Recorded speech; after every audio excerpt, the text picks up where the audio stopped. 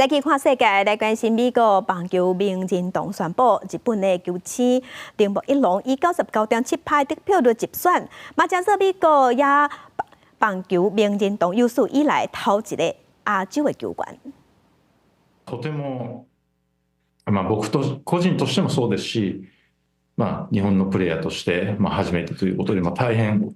光栄なことだと思っています。日本传球球星铃木一朗拜日确定以99.7%的超悬得票率正式被选为美国棒球名人堂的成员，差一票就使全票入选，成做名人堂史上头一位入选的亚洲球员。伊甲纽约洋基的赛扬奖投手沙巴西亚，也佫被称作大联盟史上上杀的倒枪外终结者华格纳入选本届球星，三人会伫7月27来参加入选的仪式。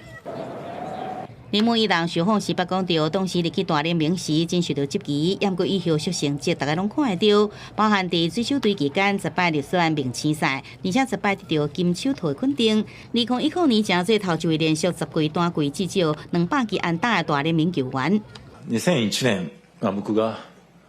初めて MLB に挑戦した年に、おそらく地球上の誰も想像はできなかったと思うんですよね。その振り返ると、あまりにも多くの出来事が、あって、いいことだけではありませんでした。苦しいこともたくさんありましたけど、最終的に、ここに一歩ずつ近づいていった。で、そして今日この日を迎えられたことは、